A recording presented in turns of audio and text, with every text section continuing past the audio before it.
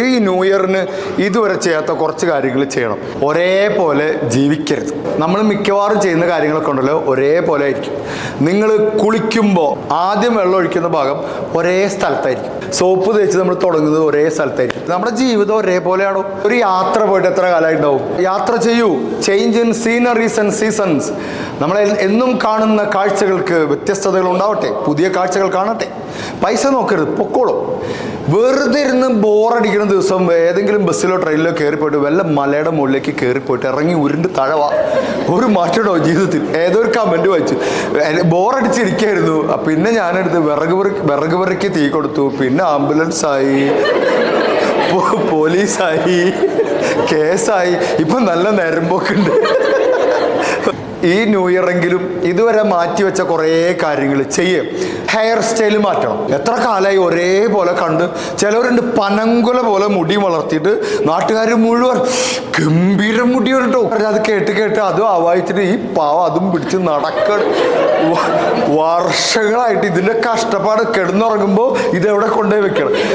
ബസ്സിൽ ഫ്രണ്ടിലിരിക്കുമ്പോൾ പറന്നിട്ട് ബാക്കിലുള്ള മൂന്നാളുടെ മൂക്കിൻ്റെ ഉള്ളിൽ കൂടെ കയറിയിട്ട് അവരിരുന്ന് ചുമച്ച് ആരെയൊക്കെ പേടിച്ചിട്ട് ചെയ്യാതിരിക്കുകയാണ്. ഇതൊക്കെ വെട്ടിയൊക്കെ കള. എന്നിട്ട് ആ ഫോട്ടോ എടുത്തിട്ട് ബന്ധുക്കളുടെ വാട്സപ്പ് ഗ്രൂപ്പിലേക്കാണ് ഇട്ട് ഞെട്ടിട്ട് ചിരിക്കാൻ മടിക്കരുത്. ഒരു 30-34 വയസ്സ് വരെ നമുക്ക് ഒരേ കളറിലുള്ള പല്ലുണ്ടാവുള്ളൂ. അത് കഴിഞ്ഞാൽ പല വർണ്ണങ്ങളിലായിരിക്കും. ആ മഞ്ഞ, പച്ച, എനിക്കൊക്കെ അങ്ങനല്ലേ. ഇടക്കൽ ഗുഹ, ഇടയ്ക്കുള്ള ചിലതില്ല. പക്ഷെ അതും വെച്ചിട്ട് നിൽക്കരുത്. നിങ്ങൾ സംസാരിക്കുമ്പോൾ വരുന്നതിന് വന്നോട്ടെ. അത് നമ്മുടെ പ്രശ്നമാണോ? കഷണ്ടി ഉള്ള ഒരാൾ അയാളോട് വേറെ ആൾ ചോദിച്ചു, നിങ്ങൾക്ക് ഈ കഷണ്ടി ഉള്ളതിൽ വല്ല വിഷമമുണ്ടോ? അയാൾ പറഞ്ഞു, എന്തിനു വിഷമിക്കണം? രാവിലെയും വൈകുന്നേരം മാത്രമേ ഞാൻ ഈ കഷണ്ടി ഞാൻ കാണുന്നുള്ളൂ. ബാക്കിയൊക്കെ നാട്ടുകാരെ കാണുന്നത്.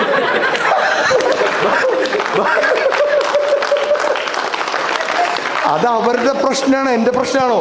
ഞാൻ എൻ്റെ കഷണ്ടി കാണുന്നുണ്ടോ? ഉണ്ടോ? ഇല്ല. നഴ്സുമാരോട് ഞാൻ ചോദിച്ചു, ആരാണ് നിങ്ങൾക്ക് ശമ്പളം തരുന്നത്? നിങ്ങൾ നഴ്സുമാരാണെങ്കിൽ എന്ത് മറുപടി പറയും? ഒരു നഴ്സിന് ആരാണ് ശമ്പളം തരുന്നത്? പറ. പേഷ്യൻസ് അല്ലേ? അല്ല, ബൈസ്റ്റാൻഡറാ. പേഷ്യൻ്റ് വെറുതെ കിടക്കല്ലേ? പക്ഷേ ആ ഹോസ്പിറ്റലിലെ നിയമങ്ങൾ മുഴുവൻ ബൈസ്റ്റാൻഡർക്ക് എതിരാണ്. ഇവിടെ നിൽക്കാൻ പാടില്ല എന്ന് എഴുതി വെച്ചെടുത്ത് രോഗിക്ക് കിടക്കാം. ഇവിടെ തുപ്പാൻ പാടില്ല എന്ന് എഴുതി വെച്ചിട്ടുണ്ടാവും. അവിടെ രോഗി ഛർദ്ദിക്കും. എന്നിട്ട് ഞാൻ പേഷ്യൻ്റാണ്. രോഗിക്ക് എന്ത് ചെയ്യാം? 9 മണി കഴിഞ്ഞ് ബൈസ്റ്റാൻഡറെ സെക്യൂരിറ്റി അയാൾ ഫുൾ ടൈം തിരക്കിലായിരിക്കും. ആര്? ബൈസ്റ്റാൻഡർ. പക്ഷെ പൈസ അടയ്ക്കുന്നത് ബൈസ്റ്റാൻഡർ അല്ലേ? നമ്മൾ പെട്ടെന്ന് വിചാരിക്കും രോഗിയൊന്നല്ലേ? രോഗിയല്ല. എന്നിട്ട് ഈ നഴ്സുമാർ മുഴുവൻ മെക്കിട്ട് കയറുന്ന ആരുടെ നേരെ ആയിരിക്കും? പറ. ബൈസ്റ്റാൻഡർ. ഇതൊന്നും മാറ്റി പിടിച്ചാൽ മതി. ബൈസ്റ്റാൻഡറാണ് നമ്മളിലേക്ക് ഇൻകം വരുത്തുന്നതെന്ന് പറഞ്ഞപ്പോൾ ഞാൻ ക്ലാസ് എടുത്തപ്പോൾ നഴ്സുമാരോട് പറഞ്ഞാണത്. 2 ആഴ്ച കഴിഞ്ഞ് വീണ്ടും റിപ്പീറ്റ് ക്ലാസ്സിൽ പോയപ്പോൾ അവർ, സാറേ ഞാനിപ്പോൾ ബൈസ്റ്റാൻഡറെ പുതിയ കണ്ണിലൂടെയാണ് നോക്കുന്നത്. ഞാൻ പറയാം, ആ കണ്ണിന് മാറ്റി വെക്കണം. സെൽഫ് അപ്രിസിയേഷൻ എന്ന് പറഞ്ഞ സാധനമുണ്ട്. ലോകത്താരും നമ്മൾ അഭിനന്ദിച്ചില്ലേ, നമ്മൾ തന്നെ അഭിനന്ദിക്കാം. ഇപ്പൊ ക്ലാസ്സൊക്കെ നന്നായി ഞാൻ എനിക്ക് തന്നെ ഫുഡ് വാങ്ങിച്ചു കൊടുക്കും. കഴിക്കണം മുത്ത, കഴിക്കണം. എൻ്റെ ക്ലാസ്സുകൾ നന്നാവാറുണ്ട്. അതല്ലേ ഇത് കാണുന്നത് കേട്ടോ. നമുക്കൊരു റബ്ബർ ബാൻഡ് ഇടാം. നെഗറ്റീവ് ചിന്ത വരുമ്പോൾ ടിക് എന്നൊരു അടി അടിക്കുക. അപ്പോൾ പെയിന് വരും. അപ്പോൾ ബ്രെയിനും മനസ്സിലാവും നെഗറ്റീവ് വന്നു കഴിഞ്ഞാൽ ഇവിടെ പെയിന് ആണ് വരിക. അപ്പോൾ നെഗറ്റീവ് വരാണ്ട് നോക്കും. പോസിറ്റീവ് നല്ല കാര്യങ്ങൾ വന്നു കഴിഞ്ഞാൽ നല്ല ഭക്ഷണം, നല്ല കാപ്പി കുടിക്കുക, അല്ലെങ്കിൽ ഒന്ന് പുറത്തിറങ്ങുക, അല്ലെങ്കിൽ നീന്തുക, അല്ലെങ്കിൽ എക്സർസൈസ് ചെയ്യുക. പോസിറ്റീവായിട്ട് ജീവിക്കുന്നേ. എന്തോരം നെഗറ്റീവ് പുറത്തുണ്ട്. മൈജി ഷാജിയുടെ വീടിന്റെ ഉദ്ഘാടനം കണ്ടോ? അതിന്റെ അടിയിലെ കമന്റ് വായിച്ചു നോക്കി. 6 അടി മണ്ണിൽ കിടക്കാനുള്ളതല്ലേ, വെറുതെ അസൂയ, ഒരു സുഖം. എന്റെ കമന്റിന് താഴെ നെഗറ്റീവ് അടിച്ചവരോട് ഞാൻ അവനെ നേരിട്ട് കണ്ടു. നീ എന്തിനാണ് ചെയ്തത്? ഒരു സുഖമുണ്ട് സാർ. സ്കൂളിൽ ശ്രദ്ധിച്ചിട്ടുണ്ടോ? ടീച്ചർക്ക് പ്രിൻസിപ്പലിനെ പേടി, പ്രിൻസിപ്പലിന് മാനേജറെ പേടി, മാനേജർക്ക് രക്ഷിതാക്കളെ പേടി, രക്ഷിതാക്കൾക്ക് കുട്ടികളെ പേടി, കുട്ടികൾക്ക് ആരെയും പേടിയില്ല. അവരിങ്ങനെ നടക്കണ സ്വാതന്ത്ര്യം പ്രഖ്യാപിച്ചു അല്ലേ? ചെറുതായിട്ടൊരു പിടുത്തൊക്കെ പിടിക്കണം. പട്ടം പറന്നു പോകുമ്പോൾ പരുന്തുണ്ടല്ലോ, പരുന്തും പട്ടം കൂടി ഇങ്ങനെ മത്സരിക്കണം. പരുന്ത് ഒരു സൈഡിലെ പട്ടം ഇങ്ങനെ മത്സരിക്കുക. അപ്പോൾ കുറേ കഴിഞ്ഞിട്ട് പട്ടം പരുന്തിനോട് പറഞ്ഞേ, അതെ എനിക്ക് നിൻ്റെ ഒപ്പം എത്താൻ പറ്റുന്നില്ല, കാരണം താഴേന്ന് ആരോ പിടിച്ച് വലിക്കുന്നുണ്ട്. നീ ഒരു കാര്യം ചെയ്ത് താഴെ പോയിട്ട് ആ നൂലൊന്നും പൊട്ടിച്ചിടുമോ എന്ന് ചോദിച്ചു. അപ്പോൾ താഴെ പോയിട്ട് നൂല് പൊട്ടിച്ചിട്ട് എന്ത് സംഭവിക്കും? ആ പട്ടം കൂപ്പൂത്തി വീഴും. ഇതുപോലെയാണ് പാരൻസും കുട്ടികളും. ഈ പട്ടം ആ നൂല് പിടിച്ച് വലിക്കുന്നത് ഉയരാനാണ്. നൂല് പിടിച്ച് വലിക്കുന്നത് കാണുമ്പോൾ അത് താഴത്തേക്കാണെന്ന് തോന്നുമെങ്കിലും അത് ഉയരാൻ തന്നെയാണ്. എൻ്റെ വൈഫിനെ കുറിച്ചൊക്കെ ഞാൻ പറയാറുണ്ട്. ഇവള് 5 പ്രാവശ്യം ടെസ്റ്റിന് പോയി, കാറിന്റെ ടെസ്റ്റിന് 5 പ്രാവശ്യം പൊട്ടി. ഒരു നാണവും മാനവും ഇല്ല കേട്ടോ. MVDയോട് ഞാൻ ചോദിച്ചു, MVD എന്റെ ഫാനാണ്. അപ്പൊ MVD ഞാൻ ചോദിച്ചു, സാറേ എന്താ സംഭവിച്ചു? അപ്പൊ അയാൾ പറഞ്ഞു, ഒരു കമ്പി ബാക്കി നിർത്തിയെങ്കിൽ ഞാൻ കൊടുത്തേരും.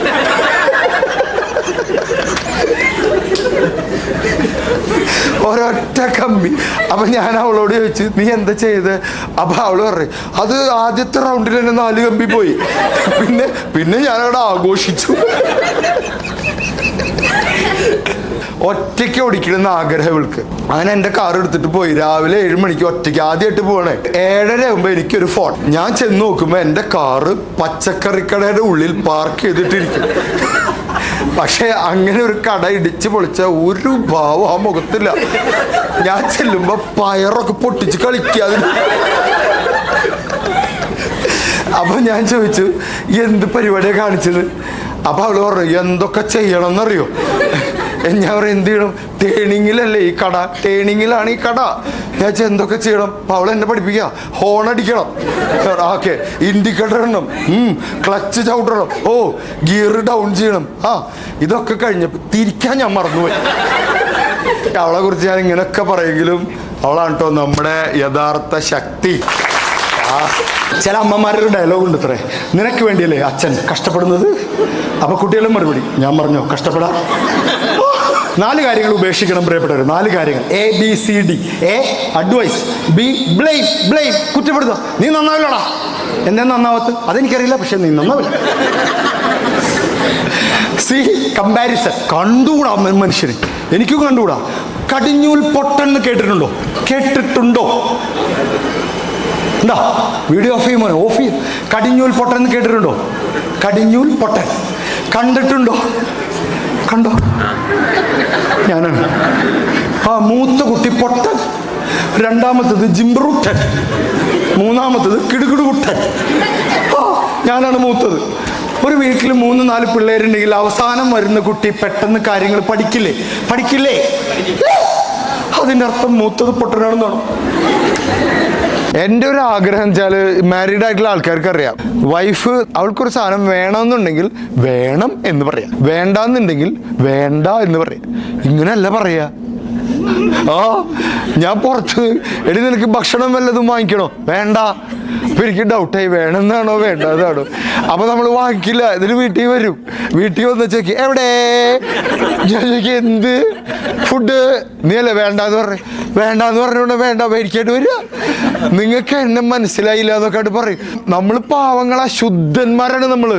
ഒരു കഥ കേട്ടിട്ടുണ്ടോ? ഭാര്യ വന്നിട്ട് ഭർത്താവിനോട് പറഞ്ഞു, ചേട്ടാ ഞാന് ഒരു സ്വപ്നം കണ്ടു, സ്വർണവും ഡയമണ്ടും നിറഞ്ഞിരിക്കുന്ന സ്വപ്നം, അതും എൻ്റെ ബർത്ത്ഡേക്ക്. എന്താ ഇതിന്റെ അർത്ഥം ചേട്ടാ എന്ന് ചോദിച്ചു. അപ്പൊ ഭർത്താവ് പറഞ്ഞു, ബർത്ത്ഡേ ആവട്ടെ, അർത്ഥം നിനക്ക് മനസ്സിലാവും. അങ്ങനെ ബർത്ത്ഡേക്ക് ഭാര്യ കാത്തിരിക്കുകയാണ്. ഇയാളൊരു ഗിഫ്റ്റ് ആയിട്ട് വന്ന്. ഭാര്യ അതിൽ തുറന്നപ്പോ ഒരു പുസ്തകമാണ്, സ്വപ്ന വ്യാഖ്യാനം, സ്വപ്നങ്ങൾ എങ്ങനെ. ഇയാൾ വിചാരിച്ച് ഇതിന്റെ അർത്ഥം പറയാനാണെന്നാണ്. 2 തരത്തിലെ എക്സാമിനെ അഭിമുഖീകരിക്കുക. 1 എക്സാം പേടി, 2 എക്സാം നാക്കുന്നവർ പേടിക്കണ്ട. എക്സാം കഴിഞ്ഞ റിസൾട്ട് വരുമ്പോൾ നാട്ടുകാരും വീട്ടുകാരൊക്കെ നമ്മുടെ മുഖത്തേര്. എക്സാമിന് ടെൻഷൻ ഉണ്ടോ എന്ന് അറിയാൻ ഒരു ടെസ്റ്റ് ഉണ്ട്. എന്താണെന്നറിയോ? എക്സാം ഹാളിലേക്ക് കടക്കുന്നതിന് മുമ്പ് ഒരു ക്വസ്റ്റ്യന്റെ ഉത്തരം ഓർമ്മയുണ്ട്. ക്വസ്റ്റ്യൻ പേപ്പർ കണ്ടപ്പോൾ മറന്നു, പുറത്തിറങ്ങിയപ്പോൾ ചിലവർക്ക് വീട്ടിൽ പോയിട്ട് കുളിക്കുമ്പോഴാണ് ഓർമ്മ വരും. ഷവറിന്റെ കീഴിൽ അയ്യോ അയ്യോ.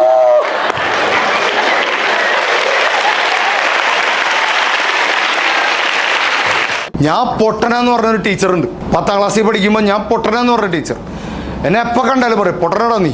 എന്നെ കണക്ക് ടീച്ചറാണ്. എന്നെ കണക്കിൽ നിന്ന് ഒരുപാട് ദൂരെ എത്തിച്ചത് ആ മുതലാണ്. എന്നെ പൊട്ടെന്ന് വിളിച്ച അതേ ടീച്ചറുള്ള അതേ സ്കൂളിൽ ഞാൻ വിശിഷ്ടാതിഥിയായിട്ട് പിന്നീട് പങ്കെടുത്തു. എന്നിട്ട് ആ ടീച്ചർ അടങ്ങുന്ന ടീച്ചേഴ്സിന് ഞാൻ ക്ലാസ് എടുത്തു, എങ്ങനെ കുട്ടികളെ പഠിപ്പിക്കണം.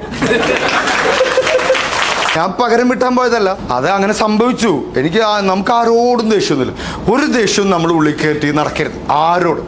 പ്രിയപ്പെട്ടവർ, ഞാൻ പറയുന്നു, ദേഷ്യം നല്ലതാണ്, പക്ഷെ പക മാനസിക പ്രശ്നമാണ്. പെട്ടെന്നൊരു ദേഷ്യം വരും, കൊല്ലണവനെ, അതങ്ങനെ ഇറങ്ങിപ്പോണം. അല്ലാതെ 6 മാസം അവനെ കൊല്ലണം, അവനെ കൊല്ലണം. മറ്റേ സിനിമയിലില്ലേ, പുലിയെ കൊല്ലണം, ഒരു ചെക്കൻ. അത് പകയാണ്, അത് പ്രശ്നമാണ്. പിന്നെ അത് കണ്ടു കഴിഞ്ഞാൽ എപ്പോഴും ട്രിഗർ ചെയ്യും. ഒരു വിഷമം വന്നു, കരയണം, പക്ഷെ 3 മാസം കരയരുത്. അല്ലേ? നമ്മളൊക്കെ കരയാറില്ലേ? മരിച്ച വീട്ടിൽ പോകുന്നതിന് തൊട്ട് മുമ്പ് വരെ ചിരിക്കുന്ന ആൾക്കാരാണ് നമ്മൾ. ആ വണ്ടിയിൽ ചിരിച്ച് കളിച്ചിട്ട് മരിച്ച ആ ഡെഡ് ബോഡിയുടെ അടുത്തേക്ക് എത്തും തോറും നമ്മൾ സങ്കടം ഇങ്ങനെ കൂട്ടുക ചെയ്യാം. നമ്മുടെ നാട്ടിലൊരു പ്രത്യേകത, ഒരാൾ കരഞ്ഞു കഴിഞ്ഞാൽ പറയുന്ന ഒരു ഡയലോഗുണ്ട്, പോട്ടെ സാരല്ല കരയണ്ട. പറയരുത്. എൻ്റെ വൈഫിൻ്റെ 5 പവൻ്റെ മാല കിണറ്റിൽ പോയി, അത് തപ്പിയിട്ട് കിട്ടുന്നില്ല. അപ്പം എനിക്കൊരു സങ്കടം തോന്നി, എനിക്കൊരു കരച്ചിൽ വന്നു. അപ്പം എൻ്റെ അയൽവാസി വന്നിട്ട് എന്നോട് പറയാം, പോട്ടെ. ആർക്ക് പോട്ടെ? സാരല്ല, എന്തിന് സാരം, കരയണ്ട. ഞാൻ പറയാം, കരഞ്ഞ ഒരു ആശ്വാസം കിട്ടും, ഒന്ന് കരഞ്ഞോട്ടെ. 5 പവൻ്റെ മാല കുറച്ച് വലുതായി പോയി അല്ലേ? എൻ്റെ ഭാര്യയുടെ ചെറിയൊരു സ്വർണ്ണമാല കിണറ്റിൽ പോയി. എൻ്റെ ഭാര്യ കിണറ്റിൽ പോയി. അതാകാ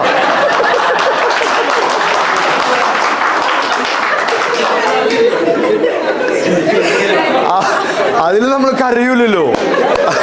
2 തരത്തിലുള്ള ആൾക്കാരെ കടൽ കാണാൻ പോവുക. ഒന്ന് കടൽ കാണാൻ പോകുന്നവര്, 2 കടൽ കാണാൻ പോകുന്നവരെ കാണാൻ പോകുന്നവര്. അവരെ അറിയാം, കടലിലേക്ക് നോക്കൂല, കരയിലേക്ക് മാത്രമേ നോക്കൂ. അപ്പൊ നമ്മൾ പറഞ്ഞു, കടൽ അവിടെ കേട്ടോ. ഈ കടലിലേക്ക് ഇറങ്ങുന്ന സീൻ കണ്ടിട്ടുണ്ട് ആൾക്കാര്. ആദ്യം ഇറങ്ങൂല എന്ന് തീരുമാനിക്കും, നമ്മൾ ഇറങ്ങാനേ പോണില്ല, നമ്മൾ ഇങ്ങനെ നിൽക്കും. എന്നിട്ട് നമ്മൾ എങ്ങനെയാ മനുഷ്യന്മാർ ഇവിടെ ഉടുതുണിയില്ല, അവര് ചെറിയ ചെറിയ ഡ്രസ്സിലൊക്കെ കിടന്ന് മറിയണ, ഹൗ കൻ ഈവൻ പോസിബിൾ എന്നൊക്കെ വിചാരിക്കും.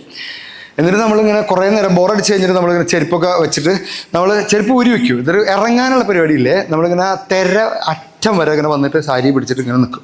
തെര ഇങ്ങോട്ട് വന്നു കഴിഞ്ഞാൽ തെര അങ്ങോട്ട് പോയി ഇതൊരു 10 റൗണ്ട് ഉണ്ടാവും. അത് കഴിഞ്ഞ് ഏതെങ്കിലും ഒരു റൗണ്ടിൽ നനയും അടിയിൽ നനഞ്ഞു കഴിഞ്ഞാൽ ലൈസൻസായി, അത്രയും ഭാഗം നനയ്ക്കാനുള്ള ലൈസൻസായി. അത് കഴിഞ്ഞിട്ട് കുറച്ച് കഴിഞ്ഞാൽ വെള്ളം കുറച്ചുകൂടി വന്നു. പിന്നെ ആ സാരിയുടെ അടിഭാഗത്തൊക്കെ ആയി. പിന്നെ നമുക്ക് മനസ്സിലായി കുറച്ചൊക്കെ ആയി. പിന്നെ അത്രയും ആയിക്കോട്ടെ.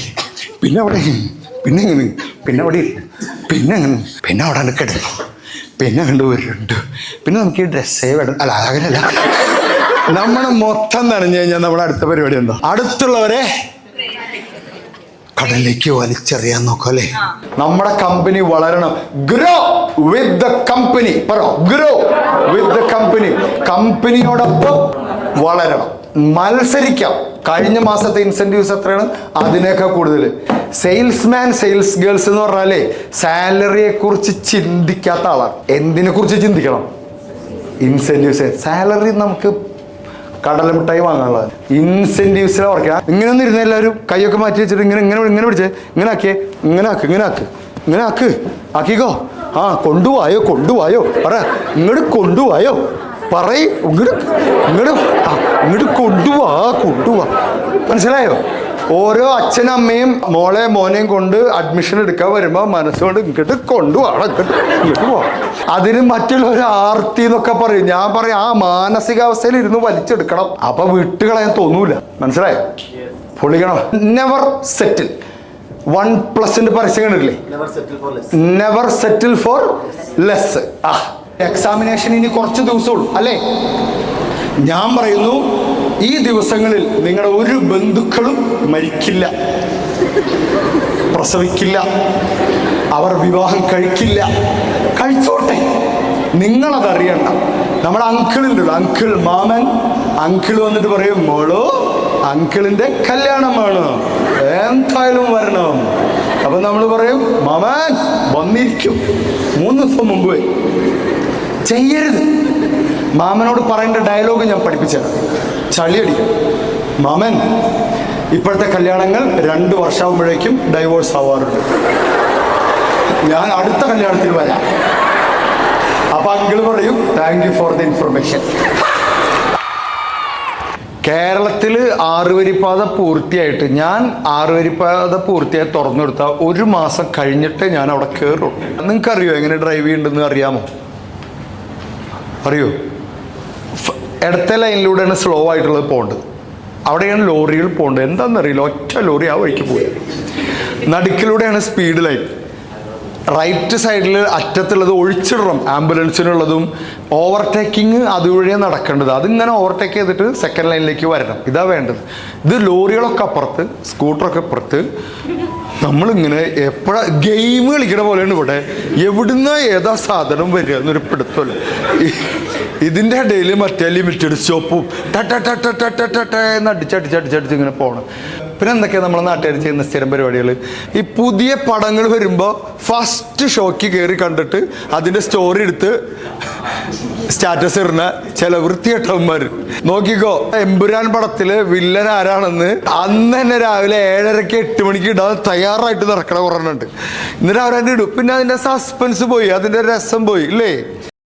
അജ്മൽ ഷാജഹാൻ എന്ന് പറഞ്ഞ നമ്മുടെ വഹാബ് സാറിന്റെ മോൻ്റെ ബ്രിഡ്ജ് വേല, അവനൊരു ഒറ്റ ആളാണ് എന്നെ കൊണ്ട് ബെൻസടിപ്പിച്ചത്. അവൻ പറഞ്ഞു, സാറേ ക്ലാസ് കഴിഞ്ഞിട്ട് സാറ് പുറത്തിറങ്ങുമ്പോൾ കാറിലിങ്ങനെ ചാരിക്കിടന്ന് ആംബിയൻ ലൈറ്റ് സുഖം. ഞാൻ ആ സുഖത്തിലോട്ട് പോയി. നോ ഹസിൽ ക്ലോസ് എന്ന് പറഞ്ഞ സാറുണ്ട്.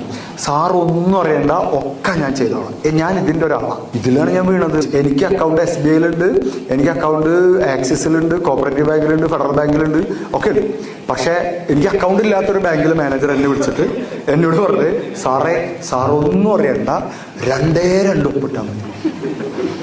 എന്നിട്ട് ഞാൻ അതെ സാറേ 2 ഒപ്പിട്ടാൽ മതി, ഞാൻ ലോൺ തരാം. അപ്പൊ ഞാൻ എവിടെ വെച്ച് കാണും? സാറ് വരണ്ട, ഞാൻ അങ്ങോട്ട് വരാം. പിറ്റേ ദിവസം രാവിലെ 6:30 മണിക്ക് ഇയാൾ എൻ്റെ ഫ്ലാറ്റിൻ്റെ മുമ്പിൽ. ഞാൻ വാതിൽ പറഞ്ഞപ്പോൾ, സാറേ 2 ഒപ്പിട്ടു. ഞാൻ പറഞ്ഞത് മനസ്സിലായി. ഞാൻ 2 ഒപ്പിട്ടു. അയാൾ പറഞ്ഞേ, സാറ് വാമായല്ലോ. ഞാൻ പറഞ്ഞു, ആ വാമ, ഇത് വാമപ്പ ഒപ്പാണ്. വാമ ഇനി അങ്ങോട്ട് ഇട്ടോ. ഞാൻ പറഞ്ഞു, എടോ മനുഷ്യർ, എനിക്ക് അയാളെ ഇഷ്ടപ്പെട്ടു. ഈ സെയിൽസ് ക്ലോസ് ചെയ്യുന്നവരെ എനിക്ക് ഭയങ്കര ഇഷ്ടമാണ്. അയാൾ ആ നിപ്പിൽ എൻ്റെ ഭാര്യനെ കൊണ്ട് അക്കൗണ്ട് എടുപ്പിച്ചു. എനിക്ക് ക്രെഡിറ്റ് കാർഡ്, ഭാര്യയ്ക്ക് ക്രെഡിറ്റ് കാർഡ്. ഇനി അയാളെ 10 മിനിറ്റ് കൂടി അയാൾ എൻ്റെ ആധാരം പണം വെച്ച് ലോണും തരും. നിരന്തരം ഫോളോ അപ്പ് ചെയ്യും, നിരന്തരം. എത്ര പ്രാവശ്യം ഫോളോ അപ്പ് ചെയ്യണം ഒരാളെ? അയാൾ മരിക്കുന്നത് വരെ. നമ്മൾ ഫോൺ ചെയ്തിട്ട് അവിടുന്ന് വേറെ ആൾ എടുത്തിട്ട് പറയണ, ക്ഷമിക്കണം കേട്ടോ, നിങ്ങൾ വിളിച്ച ആള് മരിച്ചു. അപ്പൊ നമ്മൾ ചോദിക്കുക, ഉറപ്പാണോ? ശരിക്കും മരിച്ചു? ഉറപ്പാണോ? എന്നാൽ അയാളുടെ മൂത്ത കുട്ടിക്ക് കൊടുക്കും. നമ്മൾ മരിച്ചിട്ടില്ലല്ലോ. എങ്ങനെയുണ്ട്? സൈക്കോ ആ വാക്കണം എനിക്ക് കേൾക്കണ്ട. ഒരു സൈക്കോക്കെ അത് അറിയൂ. നമുക്ക് 2 തരത്തിലുള്ള കമ്പനികൾ ഉണ്ടാവും. ഒന്ന് പൊളിക്കാനുള്ള കമ്പനി, 2 വളരാനുള്ള കമ്പനി. ഒന്ന് അടിച്ചു പൊളിക്കാൻ, നമ്മുടെ ഫ്രണ്ട്സിൻ്റെ കൂടെ അടിച്ചു പൊളിക്കാനുള്ള കമ്പനി. അവരെ പൊളിക്കാൻ കമ്പനിയാക്കി, ഒരു വൈബ് അടിക്കാനുള്ള കമ്പനിയാക്കി മാറ്റുക. 2 വളരാനുള്ള കമ്പനി. നമ്മൾ ഈ പൊളിക്കാനുള്ള കമ്പനി, അടിച്ചു പൊളിക്കാനുള്ള ഫ്രണ്ട്സിൻ്റെ കൂടെ വളരാനുള്ള കാര്യങ്ങൾ പറഞ്ഞിട്ട് കാര്യമില്ല. അവർക്കത് മനസ്സിലാവില്ല.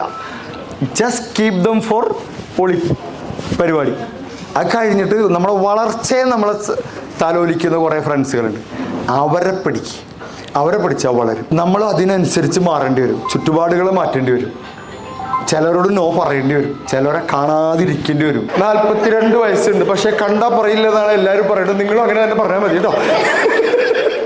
എൻ്റെ മോട്ടിവേഷൻ മമ്മൂട്ടിയാണ്. മമ്മൂട്ടി 73 വയസ്സില്ലേ? ഇല്ലേ? ഇന്നലെയും കൂടി ഒരു ഫോട്ടോ ഇറക്കി വിട്ടില്ലേ? ആ മനുഷ്യൻ 73 വയസ്സായി. അയാളുടെ വില അറിയണമെങ്കിൽ 73 വയസ്സുള്ള നമ്മുടെ നാട്ടിലെ കുറെ കാരണന്മാരെ നോക്കിയാൽ മതി. തീർന്നു പറഞ്ഞിരിക്കുന്നു. മമ്മൂട്ടി 10ാം ക്ലാസ്സിൽ ഒപ്പം പഠിച്ച കുട്ടികളുടെ റീയൂണിയൻ ഉണ്ടാവില്ലേ, അതിന് പോയിട്ട് ഒപ്പം പഠിച്ച ഒരു പെൺകുട്ടിക്ക് മമ്മൂട്ടി അടക്കടിച്ചു കൊടുക്കുന്നു. പെൺകുട്ടി തീർന്നു. മനസ്സിലായോ? വയസ്സ് നമ്മൾ നമുക്കിടുന്ന വയസ്സാണ്. ലാസ്റ്റ് എത്ര ഞാൻ പറഞ്ഞ? ലാസ്റ്റ് നമ്മൾ അത് മതി. നെഗറ്റീവ് അടിക്കാൻ ഇഷ്ടം പോലെ ആളുകളുണ്ടാവും അല്ലേ? നമ്മളെ കുറിച്ച് നെഗറ്റീവ് പറയാൻ വേണ്ടിയിട്ടാണ് നമുക്ക് ദൈവം കുറെ ബന്ധുക്കളെ തന്നിട്ടുണ്ട്. നമ്മൾ ഏതെങ്കിലും കോഴ്സിന് ജോയിൻ ചെയ്ത് കഴിഞ്ഞാൽ ഇവർ അപ്രത്യക്ഷമോ, ഇവരെ കാണൂല, അപ്രത്യക്ഷമോ. പിന്നെ ഒരു ശല്യമില്ലേ, 2 വർഷം കഴിഞ്ഞ് റിസൾട്ട് വന്നതിന്റെ പിറ്റേ ദിവസം വീട്ടിൽ എന്തായി. എന്നിട്ട് നമുക്ക് കിട്ടിയില്ല എന്ന് അറിയാനാണ് ഈ പിശാചികൾക്ക് താല്പര്യം. റിസൾട്ട് വന്നതിന് ശേഷം ആ സ്ക്രീൻഷോട്ട് എടുത്ത് കാണിച്ചു കൊടുക്കണം ആന്റിന്. നല്ല റിസൾട്ട് ആണെങ്കിൽ നമ്മൾ ആ സ്ക്രീൻഷോട്ടിന്റെ കൂടെ നമ്മുടെ മുഖം വെക്കും. മോശം റിസൾട്ട് ആണെങ്കിൽ നമ്മൾ അറിയാതെ തിരിഞ്ഞു പോകും. ആന്റിക്ക് കിട്ടുന്ന ഭാഗങ്ങൾ വേറെ. ആന്റി പറയും 2 പോക്കാം.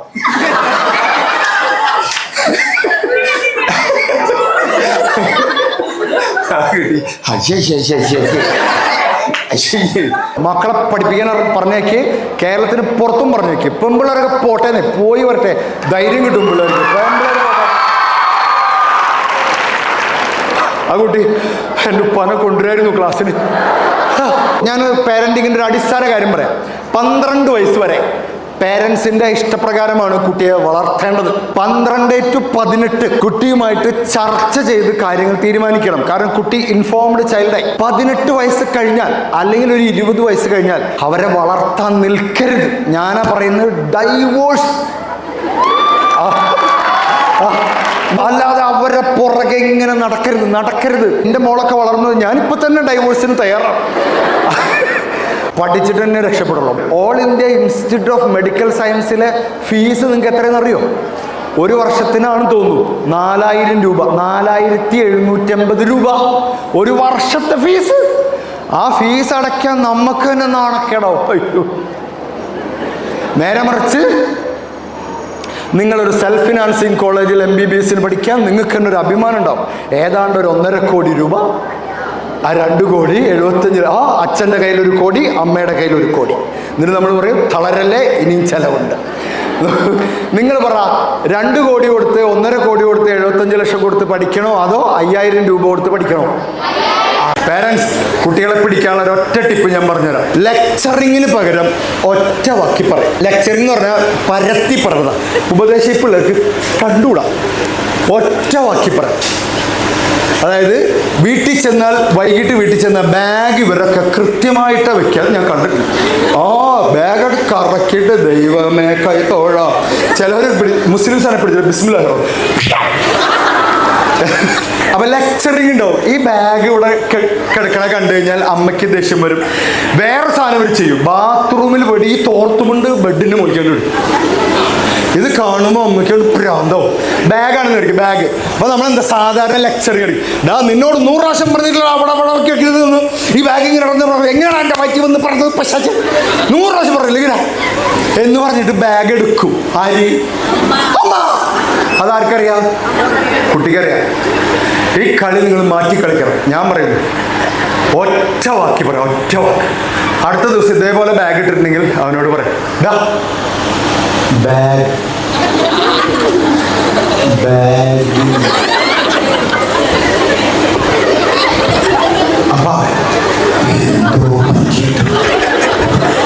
എന്ന് പറഞ്ഞു ചെല്ല.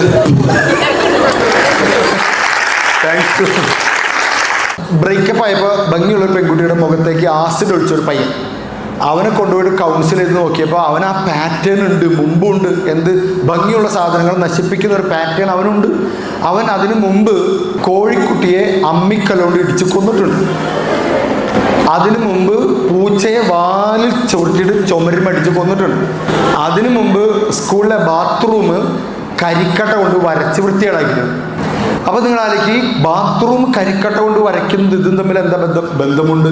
ഒരു പാറ്റേൺ അവിടുന്ന് രൂപപ്പെടുന്നത്. അതായത് വൃത്തിയുള്ളൊരു സ്ഥലം നശിപ്പിക്കാനുള്ള ഒരു കഴിവ് അല്ലെങ്കിൽ ഒരു ഇൻറ്റൻഷൻ അതുണ്ടാവുന്നത് അങ്ങനെ ബാത്റൂമിൽ കരിക്കട്ട കൊണ്ട് വരയ്ക്കുമ്പോൾ നമ്മൾ ഒരു നിസ്സാരമായ പരിപാടിയാണ്. അല്ല, അപ്പം എന്തുണ്ടാവും? ഭംഗിയുള്ളൊരു കോഴിക്കുട്ടിയെ കൊല്ലാനുള്ള ഒരു മടി മാറും. കുറച്ച് കഴിയുമ്പോൾ അപ്പോൾ കൊല്ലും. അപ്പോൾ കുറച്ചുകൂടി ധൈര്യം വന്നു, ആ പാറ്റേൺ രൂപപ്പെട്ടു. അടുത്തത് പൂച്ചയെ അടിച്ച്. ഇത്രയും രൂപപ്പെട്ട ആൾക്ക് പിന്നെ പ്രേമം പൊളിഞ്ഞപ്പോൾ പിന്നെ അവന് തോന്നുക അവൻ ഇനി അങ്ങനെ നടക്കേണ്ട, ആസിഡ് ഒഴിച്ച് പൊള്ളിക്കുക. അപ്പൊ നമ്മൾ ചെയ്യുന്ന എല്ലാ കാര്യങ്ങളിലും പ്രത്യേകതയുണ്ട്. അച്ചടക്കത്തോടെ ജീവിക്കാൻ പഠിക്കുക. ടാലന്റിനേക്കാൾ വലുതാണ് അച്ചടക്കം. അത് നമ്മൾ വീട്ടിൽ നിന്ന് തന്നെ പഠിക്കണം. അച്ചടക്കത്തോടെ ഉണ്ടാവണം.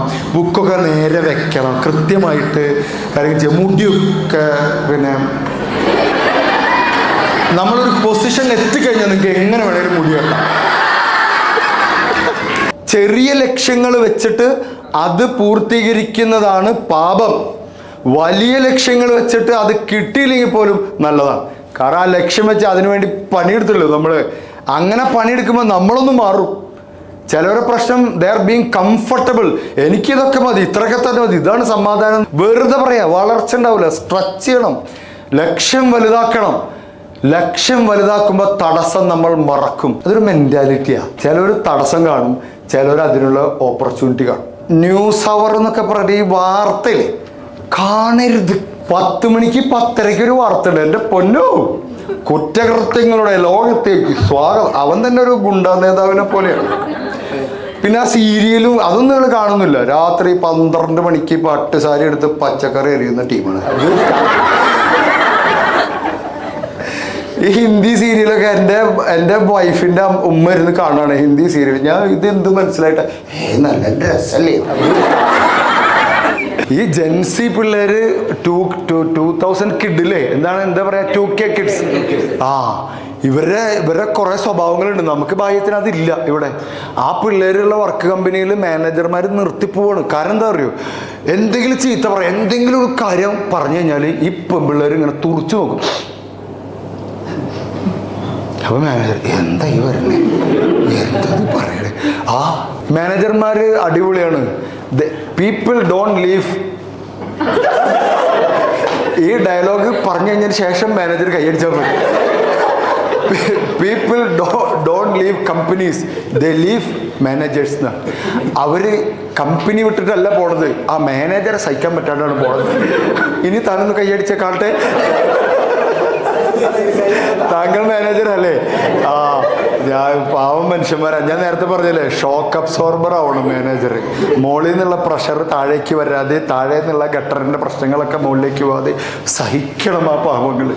നേരെ തിരിച്ചുള്ളതുണ്ട്. മുകളിൽ നിന്നുള്ളത് ഇരട്ടിയായിട്ട് താഴെ നിന്നുള്ളത് ഇരട്ടിയായിട്ട് മുകളിലേക്ക് കൊടുക്കും, മുകളിൽ നിന്നുള്ളത് 10 മടങ്ങായിട്ട് താഴേക്ക് പോയിട്ട് അങ്ങനത്തെവരുണ്ട്, പാവങ്ങളാണ്. പക്ഷെ അവരുടെ ജീവിതം അല്ലേ. ഇനി അയാൾക്ക് വേണ്ടി ഒരു മറ്റേ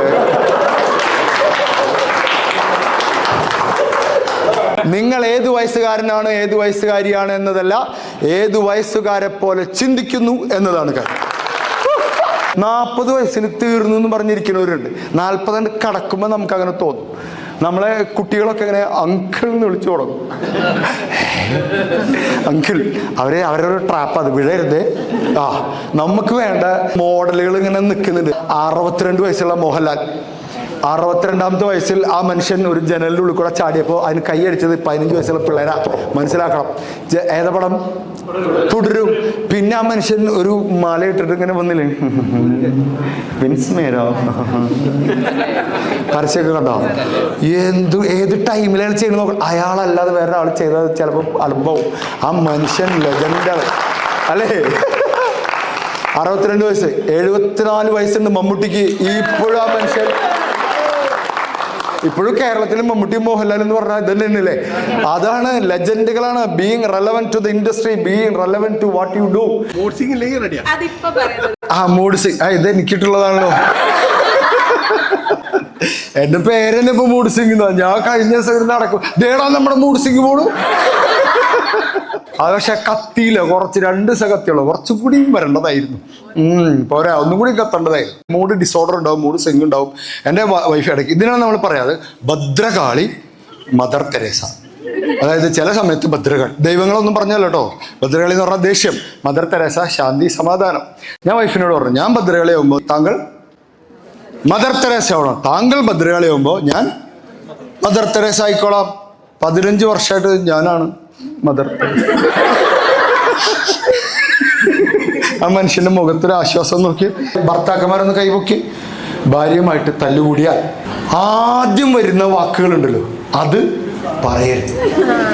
രണ്ടാമത് വരുന്നതും പറയരുത്. മൂന്നാമത്തതേ പറയാവൂ. ഓക്കെ, എന്നാൽ ജീവിതം രക്ഷപ്പെടും.